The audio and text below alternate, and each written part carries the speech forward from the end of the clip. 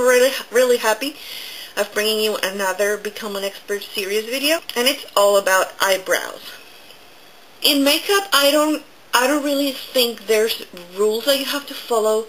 There's rules that you have to follow when you have to achieve certain results. But if your taste is to do this or to do that, more power to you. But most likely, if you don't think, well, I want to look this way or that way, most likely you're gonna look at your pictures from years back and you'll say, wow, I didn't look good that way. So I'm not saying I'll have the rules for everything. It's just general rules to get more balanced features. And the studies have shown that symmetry and balance is what makes a face beautiful or attractive. So if there's balance, it is going to be attractive. Now, how to find the right balance for my face? I have two widths that I have to consider. One is my nose width here on this area, and also on the very point of my nose can be my point of reference. Personally, I like using the one on the point, because if I do use the widest part of my nose, I can have a lot of space right here, and it just focuses the attention on how wide my nose is, and that's not what I want. So I'm going to use this part as a reference. I'm going to take a pencil to create a line that is going to tell me where should it start. So once I have that, I'm going to mark with a pencil. Maybe you're not able to see very well, but that's where my eyebrow should start. If I have a nose that is too pointy or too long, and I don't groom this part right here, and they're close together too much, what I'm gonna do is just to draw the attention to that pointy nose or that long nose. So that's not what I want. It's better to balance this space right here, so it'll diffuse, and I am not gonna focus on just one point and then the point of my nose. That's why it's very, very important to balance this space right here. If you have a very narrow nose or very pointy and fine one, you might need to use this as a reference and not the very, very point, because otherwise it's going to be too thin. I mean, this space can be too narrow and just point toward the point of your nose. So it depends on how wide your nose is, what the measure you're going to use.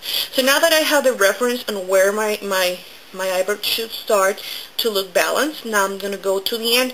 I have naturally short eyebrows, so they don't end where they should end. So using the same point of reference, I'm going to take the pencil and point it towards the end of the eyebrow, but I have to position it right on the outer corner of my eye, and then I'm going to know where it should end. And maybe you're not able to see, but I have the mark right there, and that's where it should end. What happens if I don't fix this point, like how long my eyebrow is towards the outer part of my face? What happens is that this part is not balanced, so I can look wider. So how I determine where the highest point of my eyebrow should be? Using the pencil, I'm going to position it the same point of reference that I used before for the other two measurements. If I have a defined high point in my brow naturally, I obviously don't need to do this, because I know that I have a highest point right here. But just so you know that if you have a very, very straight eyebrow, you can create or make a subtle adjustment to your eyebrow, so you can give it a little more of an arch, just to make your features like softer, because sometimes it helps with that. So what you have to do, if you don't have a defined high point on your eyebrow, what you have to do is take your pencil, look straight on the mirror, and then make it go on the iris directly, the colored part of your eye, And right here, it's going to be your highest point. It'll help define where to groom your eyebrow so it can start going down naturally. Now, the shape of the eyebrow itself, not where it starts and where it ends or where's the highest point, but what shape should I go for? First of all, natural eyebrows, which we want to achieve, we don't want to look artificial or weird.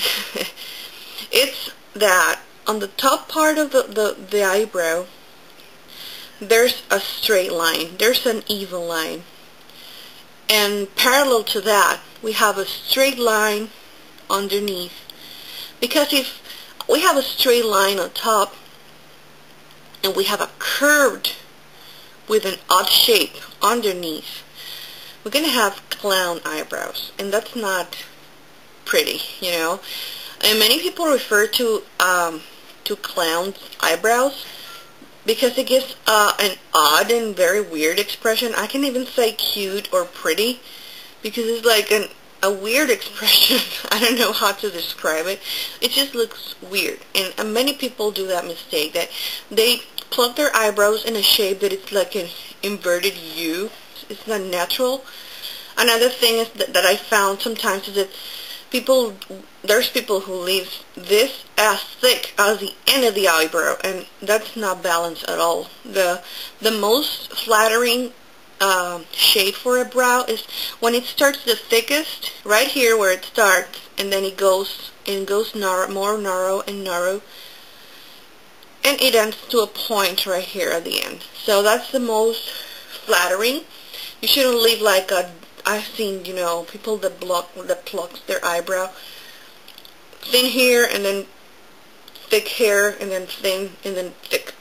That looks uneven and it doesn't give any good expression or balance to your face overall. Now, as for the worst mistakes when it comes to eyebrows and eyebrow plucking is over plucking, you know. One of the worst things you can do, because you give an expression, an odd expression, as I explained already, and also it ages you. It's one of the things that ages you the most, because psychologically people when look at us and they see a fuller eyebrow, our subconscious part takes it as youth. Youth equals or fuller eyebrows equals youth, and that's how the brain takes it according to our culture. So if you overpluck, what you're doing is aging.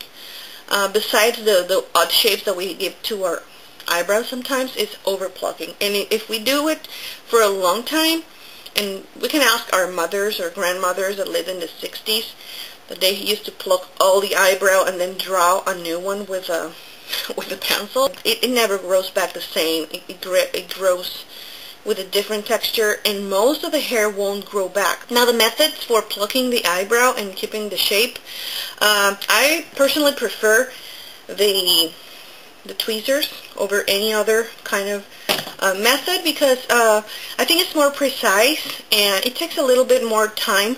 But if you do it daily, you know, like before you're doing your makeup, just doing like a checkup on how your eyebrows are doing that day and plucking the few, it's going to be much easier than once a week or every 10 days and then looking not so groomed and kind of ugly. So wax, for instance, I like wax when it's the first time of a person doing it. Like when it's the first time a person's going to shape their eyebrows, I do like it.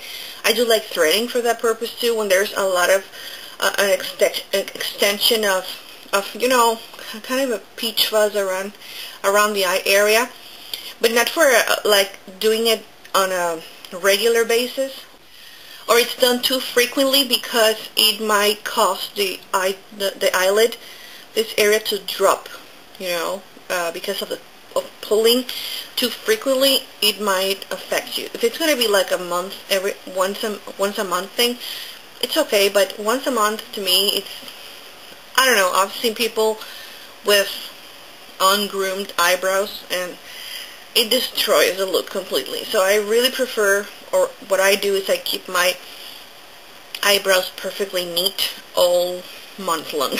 There's also hair removal creams that work well, but you have to be really careful with those because you might have an allergic reaction to them even if you haven't in the past. So sometimes either wax or creams, you just go ahead and do it like you always do it as usual, and it might give you an allergic reaction. So you have to be really careful to perform an allergy test every single time.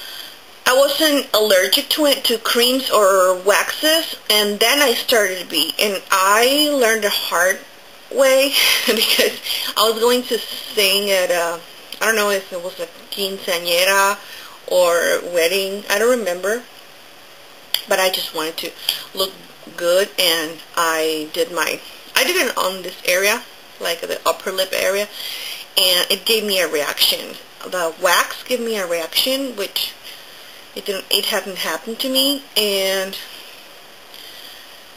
all of a sudden, the very same day I was going to sing, I ended up with a mustache like this. All this was all swollen, so I wasn't able to go. I had to call my friend to go and sing. It was terrible. So, and also that happened to me on my legs when I used a cream that I usually used, and it happened to me. It got all swollen and irritated and horrible.